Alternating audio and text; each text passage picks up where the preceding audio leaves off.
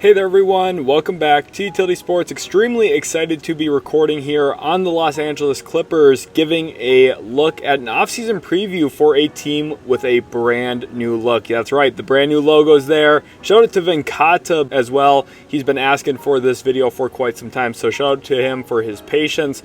And if you guys want to see another offseason preview for your favorite team, make sure to comment down below who you would like to see next. I'm planning on trying to get out as many videos between now and the NBA draft as possible. Extremely excited to be covering the Clippers in this one. So let's jump forward into a video preview. What are we exactly looking at here in this offseason preview? It really starts with a season recap from this past season. The Clippers had a pretty strong year. It's important to look at where this team was, how good were they actually, to give us an idea of what moves they need to make, which ways could they possibly pivot, how could they look to improve this roster. There's a lot that you have to take into account from last season when it comes to taking steps forward going into next year. We'll also talk about their new branding. I'm very excited about that. That's one of the big positives here for the Clippers with the new arena, a brand new look. We're going to take a look at those jerseys one more time, give a refresher. Some of you maybe have never even seen them. It'll be fun to look back at them, and I'm going to give my thoughts on those jerseys as well. A little bit of a fun topic in this video. We're going to talk about the NBA draft for the Clippers. They have one pick in the second round. We're going to look at some potential targets who could make some sense when it comes to addressing their needs. We'll look at 2024 NBA free agency. For a lot of other teams, we talk about potential targets and who they could go out and sign in their cap space. For the Clippers, they have two impending free agents that are big deals to talk about: Paul George and James Harden. We're going to talk about both of them in this video, what I expect to happen for both of them, and we'll talk about some potential scenarios or outcomes for them as well.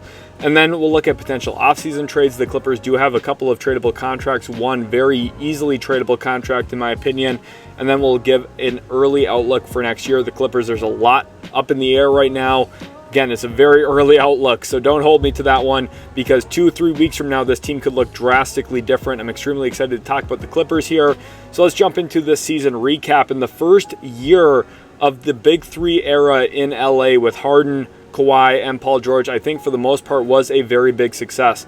After a very rocky start to James Harden's tenure there in LA, as they were kind of figuring out how to play together and how the offense was going to run through James Harden with Paul George and Kawhi Leonard being play finishers, they ultimately found their stride. They found real success. They had one of the best winning streaks in the NBA at one point this year. They had a couple month stretch where they were just unbeatable seemingly, including a 30-point win over the now NBA champion Boston Celtics on their home floor. So the Clippers were a force to be reckoned with for a good amount of the year. They finished fourth in the Western Conference after the All-Star break. They hit a little bit of a rocky road, declined just a little bit as teams like Denver, Minnesota, and OKC raced to the finish line. I think we got to see a little bit of the Clippers' age come out by the end of the season as Kawhi Leonard once again dealt with some injuries. Extremely unfortunate, but he had a terrific season. I want some praise for Kawhi Leonard in the comment section today. You know, a lot of the narrative around him, a lot of the discussion around him is always harping on those injuries, and that is a big part of his career. But when he is healthy, he is one of the 5 best players in the world, you could argue. He is so darn good at basketball, extremely efficient, someone who just, even when he's taking tough shots, he makes it look easy. One of the best two-way players in the world. When Kawhi Leonard still decides to turn it on the defensive end of the floor, he is still, in my opinion, one of the premier perimeter defenders in the league. Now, he doesn't do it nearly as frequently as he was doing it a decade ago or so with the San Antonio Spurs, obviously, but Kawhi Leonard is still a cold, hard assassin, someone who is very, very difficult to beat. And honestly, the postseason injuries, again, like if you think about the Clippers this past season, they pushed the Dallas Mavericks to 6 games in the first round without Kawhi Leonard really playing in that postseason. He played in a couple of games, but just really did not look like himself. The Clippers still pushed the Mavericks pretty deep into that series, and you could have argued that maybe if they had Kawhi Leonard, they come out on the other side of that. Maybe they're the team that makes an impromptu or surprise run to the NBA Finals, and we'd have a completely different outlook on this team. Again, that's a huge what if. It feels like every time we talk about the Clippers, it's all about ifs, ands, or buts. Unfortunately, that's just the reality here.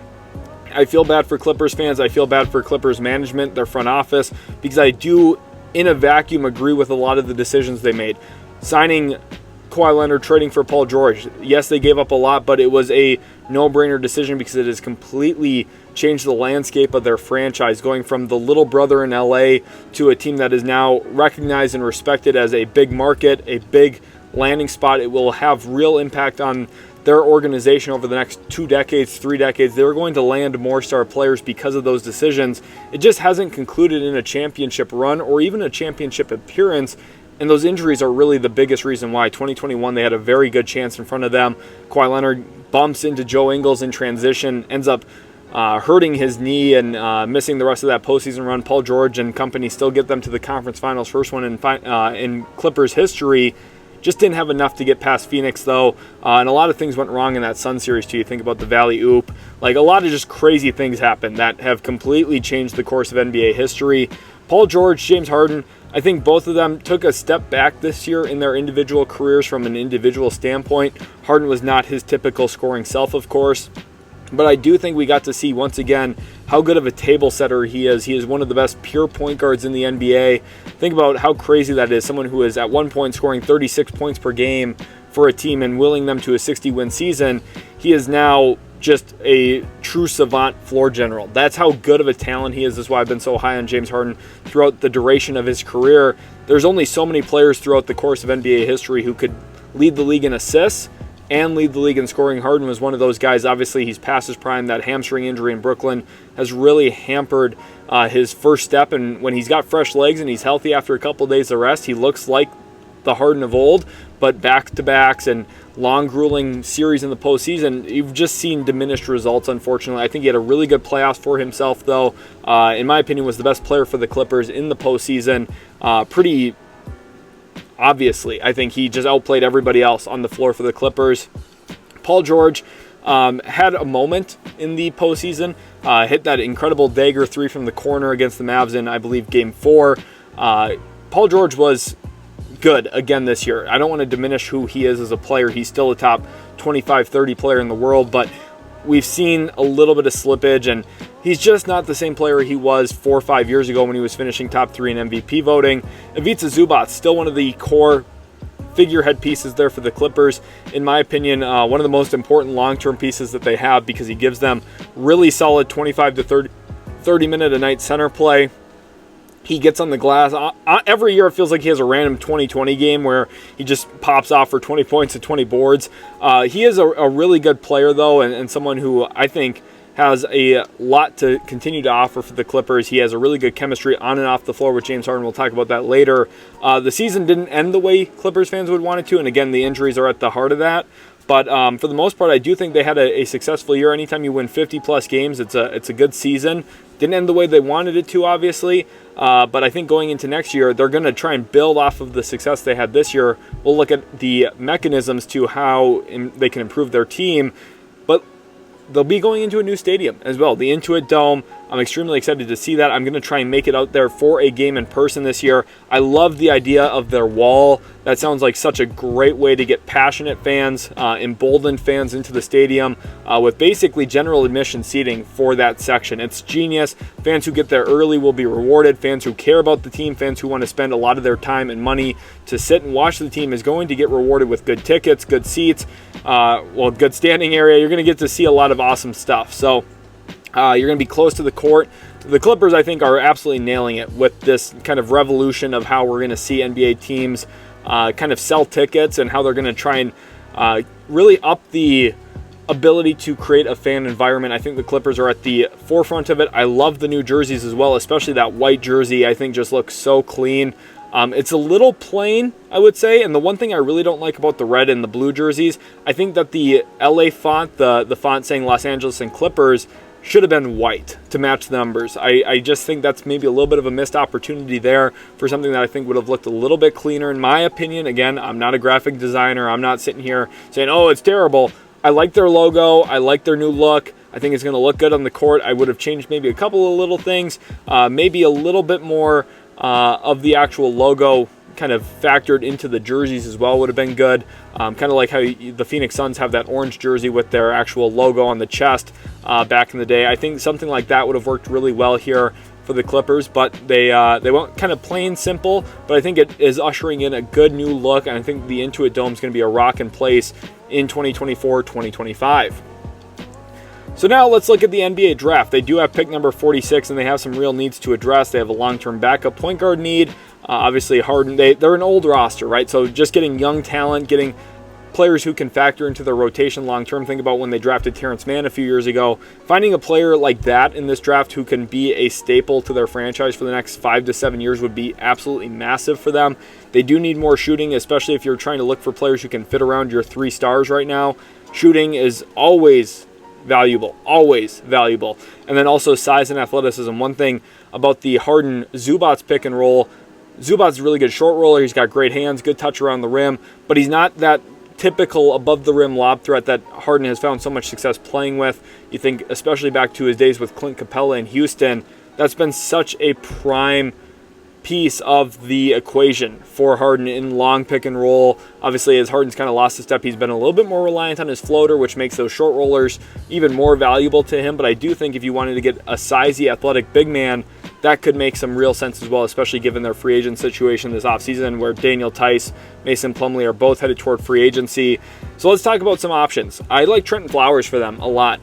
Played for the LA 36ers in the NBL. He's extremely athletic. If I had to give a kind of loose comparison to an NBA player who's found a real home in Minnesota, that would be Nickeil Alexander-Walker. Trenton Flowers has a very similar physical makeup, about the same size, maybe even a little bit bigger than Nickeil Alexander-Walker, and I think he has similar skills that are going to breathe upside into his game as someone who could be a multi-perimeter point of attack defender, can guard probably 1 through 3. That's probably where I would expect him to be employed most frequently. He's extremely athletic, has good positional size to him, and then on the offensive end of the floor, he shoots the ball really well.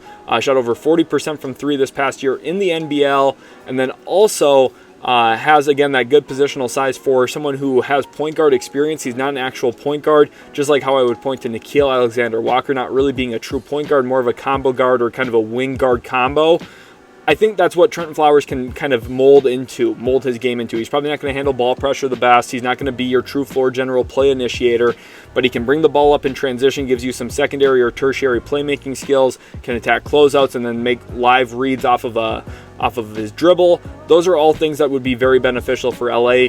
And again, the size, length component, and athleticism I think would be a beneficial addition into their older roster. Then you look at someone like Jamal Shead from Houston, a player who very likely could go in the first round. It's very possible he's not available at pick 46. In fact, I'd be kind of surprised if he is. But in the event that he is available for LA to select, he would be probably one of the dream outcomes because he's got a real defensive intensity to him and tenacity. He navigates screens extremely well. He is a bit smaller, but I think he is someone who kind of has that grit to his game that he's going to be able to stick in the NBA. For Houston, too, he was a big-time offensive creator. Now, for the Clippers, you're not going to ask him to be that, but I think you're going to ask him to be a play initiator. This is where you would actually find your real long-term backup point guard with serious defensive upside. I think Jamal Shead would make a ton of sense for the Clippers at 46. If he's still available at that pick, the Clippers better run this pick to the podium. Bobby Klintman, centered in the graphic here, out of the NBL, played for the Cairns Taipans. Someone who a year ago in the 2023 NBA draft was receiving real first-round interest. At one point, people speculated he had a promise to go in the first round. Then late in the process, withdrew his name, decided to go to the NBL to try and advance his career, get a little bit more experience before stepping into the NBA scene.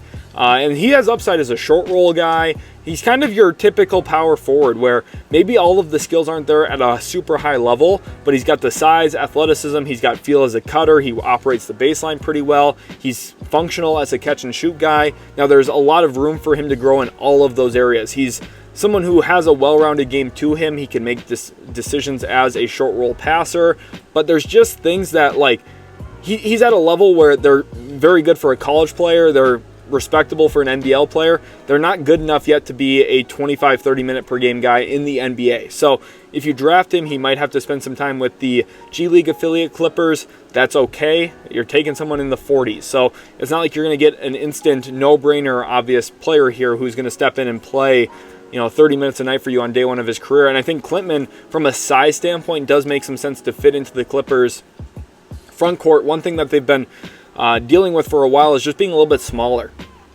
So getting a bigger frame like Bobby Klintman Klintman could make some sense. Again, size and athleticism are very important. Cam Christie could fit into that shooting mold. Really likes his pull-up jump shots, both from 3 and from 2. Now, I'm not exactly sure how his game would translate to the NBA, especially that pull-up mid-range jump shot. I don't think there's going to be a lot of volume for him to live on that, but he's going to become pretty exclusively a catch-and-shoot guy, a standstill, stationary shooter, if I had to bet, who can attack closeouts, and then that's maybe where he gets to some of those mid-range pull-up jump shots. If he gets run off the line, he probably takes 1 or 2 dribbles, gets to about 15 feet, and knocks down a pull-up J. There could be some value there, playing off of especially Harden and Kawhi. Their playmaking, their gravity as scorers typically creates advantage for others, so someone like Cam Christie could fit into that. And then Ulrich Chomchi could be a really intriguing upside grab. He's someone who right now is really, really raw. I don't think he's going to be ready for real NBA minutes, and this has been an issue the Clippers have struggled with in their drafts recently. They're drafting for physical traits a lot. They're drafting for upside in certain spots. You think to the BJ Boston pick, you think to a couple of other picks they've made, and then those guys don't really find the rotation next to their current win-now roster. So Chomchi maybe doesn't even actually make that much sense from the perspective that, hey, if you're LA, you're kind of all in on this current roster. Why are you making picks for down the road? Chomchi is someone, though, who is extremely athletic. There is some passing upside to work with, and the hope is he would become a really good rim deterrent just with his natural size and athleticism. Those things are really what's going to keep him in conversations for a draft pick this year. He's not NBA ready-made right now, but there is a lot to like, especially from his time in the Basketball African League. I have a couple friends and people I'm familiar with over there, and they're talking to me about him, and they do like Chomchi quite a bit. So I could see him definitely finding a way to stick around in the NBA, and if with the right development, maybe he blossoms into a player that could be a really key piece long-term for the Clippers. Again, maybe that's not the direction they should go, but I could definitely see that being part of their consideration. At pick number 46, do you draft for win-now players, or do you draft for trying to extend your team a little bit past this current era of Clippers basketball? Now let's look at their NBA free agency situation. It really boils down to these two guys. Obviously, I talked about Daniel Tice. I talked about Mason Plumlee. Those are important players for them as well, don't get me wrong. But it starts and ends with the star players. Kawhi Leonard signed his extension. Paul George never did. And James Harden, who had a player option last year, opted in with the Sixers, got traded to LA, now has an unrestricted free agency choice this offseason. What do I expect to happen? What will I think happens? Let's start with James Harden. I have fairly good sourcing on this, fairly reliable. Based on his relationships with Ivica Zubac and Kawhi Leonard, I expect James Harden to be back in LA for maybe not the remainder of his career, but for the foreseeable future. I think the Clippers, after trading for him, I think they're very happy with the results they got, especially this season when they had that crazy run where they were just doing nothing but winning for a month and a half, 2 months of the season. I think James Harden is a player the Clippers want to have back. They view him as their franchise's point guard going into next season, and I think Harden, with that belief in him from the organization, feels comfortable staying in LA. He has a lot of support from other players. I've referenced Ivica Zubac and his relationship. Zubac constantly wears the brand new Harden 8s throughout the year, was seen wearing them basically every single game, and has a very good chemistry with him in the pick and roll game as well. I think Harden is very comfortable in LA. I think he's very comfortable staying with the Clippers, and that's been something Harden, when he's not comfortable, he makes it known. Obviously worked his way out of Houston, worked his way out of Brooklyn, and then ultimately his divorce with Daryl Morey got extremely messy. I think the Clippers are a place where Harden feels comfortable. I think he feels very happy there. I have very good sourcing on this. Harden will be back in LA next season. If I had to put money on it, I'm like 97% certain on that. When it comes to Paul George, this is where the real mystery lies. Paul George is an unrestricted free agent. He does have a player option. He will not opt into it. He is looking for a long-term deal. Now, part of the issue here is Kawhi Leonard left a little bit of money on the table, and he left a year on the table. And as a result of that, it complicates Paul George's contract negotiation, because Paul George doesn't want to leave money on the table, and he doesn't want to leave a year on the table. He's looking for a long-term contract with a lot of money guaranteed. And this is an issue for the Clippers when your best player, Kawhi Leonard, has sacrificed some of that because of his availability concerns. They're looking at Paul George and hoping that he takes even less, and maybe even one less year. Now, I could also see them being comfortable signing him to a contract eerily similar or exactly similar to Kawhi Leonard's, but I think that's going to be a real sticking point in these negotiations. And Paul George, I think, has all of the leverage this offseason because of which teams have cap space. There's several teams out there that Paul George would be willing to look at as real suitors. Orlando is a place that could really consider Paul George. They already have their team built along big wings, athletic wings, guys who can create their own shot off the dribble. Paul George would fit into that as a floor spacer and someone else who could be given the ball when either Paulo Banchero or Franz Wagner are out of the game. He could be a really good mentor and a really good veteran piece into that kind of younger team. And they have a lot of athleticism and length around him. So as PG ages a little bit, I think Orlando has the infrastructure to kind of help him age gracefully. And then the other situation is a win-now situation with James Harden's old best friend, Daryl Morey, where Paul George would look at the 76ers cap space.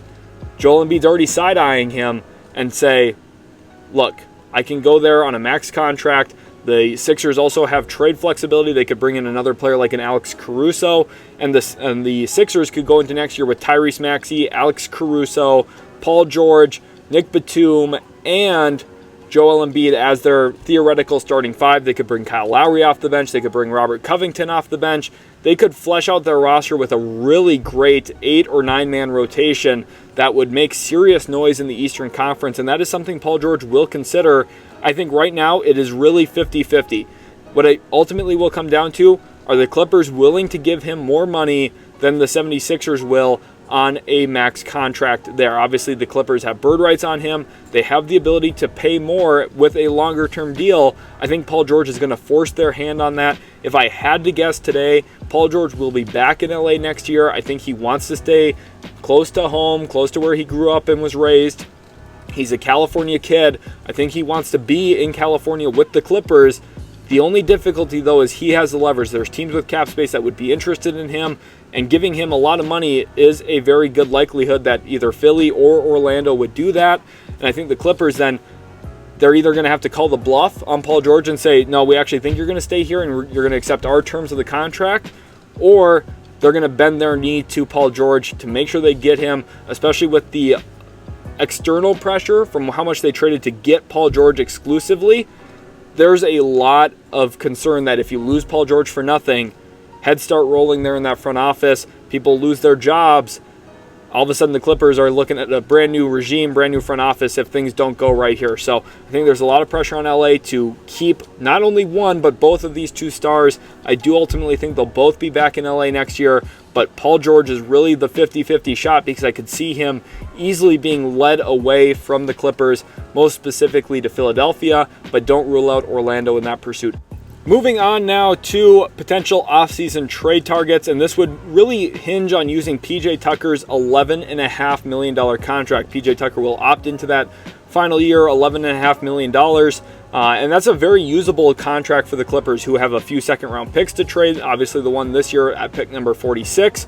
They could look to package some things together. Now, you're not going to get a great player here with PJ Tucker's contract and some second-rounders, but maybe they're able to work in a pick swap in 2031. Maybe they're willing to open the doors to get something done here. So I don't have real frameworks for this, but I do have some trades that I think could make some sense and some trade targets that would make the Clippers better going into next year. The first one I want to highlight is Chris Boucher of the Toronto Raptors. Now, given the Clippers' tax status and their payroll, it's important to note that all of these guys make less than $11.5 million, because I think if the Clippers are going to make some trade like this, saving a little bit of money is important for them, just given their tax status and their situation with the aprons. Saving a little bit of money is important. So all of these guys make under $11.5 million. Obviously, the new trade rules kick in too. The Clippers have a lot of different things that are going to impact the way that they're able to operate. Chris Boucher, though, I think would be a really solid get. He could be an end-of-year rotation guy, probably your eighth man, where PJ Tucker just didn't play much last year. Obviously got some playoff run toward the end of their series against the Mavericks, but Boucher is someone who is bigger than PJ Tucker, plays bigger, he can block three-point shots, he just offers more length and size. He's not the most skilled offensive player, he's not the best rebounder, but for the Clippers, who have perennially struggled with size, thinking back to when they tried to sign Serge Ibaka, they've constantly been in pursuit of more size and size that fits their roster. I think Chris Boucher is one of those unique players in the league where he's lengthy, athletic, moves his feet pretty well, can cover on the perimeter, shoots a little bit from behind the arc. He's one of those unique players that maybe fits into that team a way that there's not a lot of players like him in the league. Matisse Thybulle of the Portland Trailblazers, obviously they matched the offer sheet Dallas signed him to last year. I don't know if they're really tied to Matisse Thybulle long-term, though, and I think Portland, a team that is rebuilding, would be willing to listen to offers centered around Matisse Thybulle, and that's where a pick swap in 2031 could make some real sense. Maybe that would be an overpay from the Clippers. You could maybe argue 2-3 second-round picks is more the price that Portland would be looking for. Thybulle has some real offensive deficiencies, but also it's a long 82-game season, and the Clippers, who have a bunch of older star talent, if you're looking for an individual perimeter defender who can guard the other team's best player on a night-in, night-out basis. Matisse Thybulle's not elite at that, but he's very, very respectable in that regard. He's obviously a defensive playmaker, offers a lot of length, and gets his hand on the basketball defensively. So Thybulle could be a good burst of energy for them. On the defensive end of the floor, I could see him being a realistic target for the Clippers. Also, a reunion with Landry Shamet could make some sense. I highlighted how you can never have enough shooting. The 2 games in the playoffs the Clippers won, they made 18 threes in both Games 1 and Game 4. Well, guess what? When they didn't shoot the ball that well, they didn't win. And you think back to some of Landry Shamet's best moments with the Clippers. You think back to the comeback win, 31-point comeback over the Golden State Warriors back in what I believe was 2018. This Clippers team has had some magical moments. Landry Shamet's been a part of some of them. I think a reunion there would make some sense. He's affordable. He's cheap. Washington would definitely be willing to do it. And they already have relationships there with Michael Winger, who used to work in LA. I'm sure the two sides would be willing to work something out if the Wizards get small draft compensation for Landry Shamet's services. Larry Nance Jr. would maybe be one of the best outcomes. Could play some small ball center for them, very switchable. Gives you a lot of defensive versatility behind Ivica Zubac as a backup big man. Larry Nance has been a key piece for the Pelicans. Now, New Orleans might be going through some facelifts this offseason. We'll see what happens with Brandon Ingram. We'll see what happens with their point guard and center spots as well. Those are some big things to watch for. So maybe Larry Nance is someone caught in the crossfire a little bit here where he becomes available in trades. The Clippers, if they can work out some type of 3-team deal, should try and jump on that opportunity. He could be a really tremendous addition there for them as a big off the bench. I think he's far better than Mason Plumlee and Daniel Tice, both. Then the final one here would be another 3-team type of deal where Milwaukee's maybe going out and getting someone like Davion Mitchell, for example, from Sacramento. And the Kings maybe wouldn't want Pat Connaughton. Maybe they want draft capital to go get something else done. This is where Connaughton would maybe slide his way into LA, giving the Clippers another athletic wing who can shoot the ball. Not the best shooter, but respectable. He gets guarded on the 3-point line and can knock down open shots. The Clippers, I think, would be happy with Pat Connaughton, give them just one more player into their rotation, kind of firming out their playoff lineups going into next year and some of their just regular season rotations as well. Pat Connaughton could be a really nice addition for them. These are 5 lower level players, cheaper contracts, guys that could fit into the Clippers. One thing about getting Connaughton as well is he only makes about $6 million. So he's or $7 million, excuse me. So he's about $4 million cheaper than PJ Tucker, which would save the Clippers close to $16 million on their tax bill. So that's obviously important to note as well here for Steve Ballmer. I don't have to protect his pockets, but when you're getting a better player in Connaughton than PJ Tucker and saving $16 million, that does make, I think, a good deal of sense for LA. When it comes to next season, I think the Clippers are going to be really good again, and maybe they just stay healthy at the right time. And I hate saying maybe, I hate saying if, but it's hard to say that they should break up their big 3, because when they were all on the floor, they were all really good, and then Kawhi Leonard misses the playoffs, he misses the end of the year, the team just doesn't look like itself because they're missing their best player, and you could make that argument for any team. Think about how the Phoenix Suns would look without Devin Booker. You think about how, things went wrong with Kevin Durant in previous stops because he wasn't healthy at the right time. You think about some of the situations where just injuries derail a season. You think about Giannis missing the last couple of playoffs. Does that make Giannis not valuable? Does that mean Milwaukee should blow it up right now? No, not really. They've been bouncing the first round the last 2 years as well. The Bucks are just as in as the Clippers, and I don't think anyone's saying the Bucks should break it up. Obviously, this Clippers team hasn't worked now the last couple of years. We need to see them stay healthy, though, and maybe this is the year. The one thing I would hate to see is if they break it up and then all of a sudden Kawhi Leonard is healthy for a playoff run, maybe he's lifting another Larry O'Brien trophy because he is that caliber of player. on both ends of the floor. So I think it's a really tough situation here. The Clippers probably are just going to ride it out until the wheels fall off. I think they'll be good next year. You never know. Very tough Western Conference, very matchups based. If things break right, maybe the Clippers could be in the NBA Finals. I'm not saying that they will be. I'm not saying I would put money on that, but you just never know. I don't think a lot of people were expecting Dallas to make the NBA Finals this year, especially after how their season ended last year. Things go crazy in the NBA. And with how much of a make or miss league it is, if you catch fire at the right time, you stay healthy at the right time, maybe the other team gets a little bit of injury luck that goes against them. You never know. So the Clippers, it's probably not likely that they go far in the playoffs next year, but you never really know. And the playoffs are just kind of a different beast, and they have one of the top performers in playoff history over the last couple of years in Kawhi Leonard. So I think it's a situation where the Clippers probably just stay together. I think Paul George stays in LA. I think James Harden stays in LA. And the Clippers have another good year. They win 45, 50-plus games in the Intuit Dome. I'm excited for that. I think it's going to be a fun year of Clippers basketball. Maybe not getting to that end goal that everyone wants to see for the Clippers, but still, I think a productive season nonetheless for a team that historically hasn't been elite. Thank you all so much for watching. Really do appreciate each and every one of you guys. Let me know down in the comment section below who you would like to see an offseason preview for next. Again, extremely excited to be covering all of these different teams. Thanks again so much. Leave a like, subscribe to the channel for more content, and we'll catch you in the very next Utility Sports video.